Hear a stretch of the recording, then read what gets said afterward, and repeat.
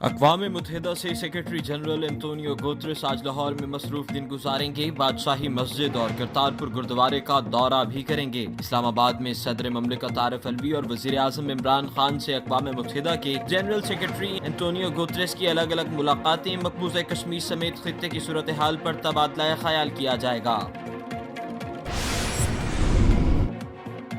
PSL 5 का मेला सजने में सिर्फ 2 रोज बाकी। इंटरनेशनल खिलाड़ियों की पाकिस्तान आमद का सिलसिला जारी। शायकीन क्रिकेट की जानिब से बैनुल अक़वामी स्टार्स का पुरजोश इस्तकबाल। इफ्तिताही तकरीब 20 फरवरी को कराची में होगी। PCB ने इफ्तिताही मैच की टिकटें सस्ती कर दी। नेशनल स्टेडियम के 2 इंक्लूजर्स की टिकटें 1000 रुपए सस्ती कर दी गयी।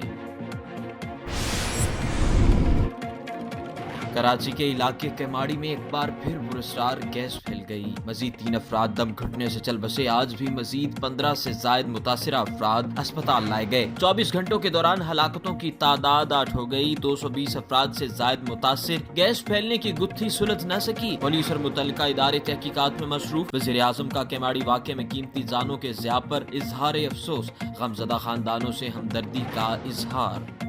अगर आपने अभी तक हमारा चैनल सब्सक्राइब नहीं किया तो अभी सब्सक्राइब करें और बेल आइकॉन को क्लिक करके हमारी लेटेस्ट वीडियोस के बारे में अपडेट जानें।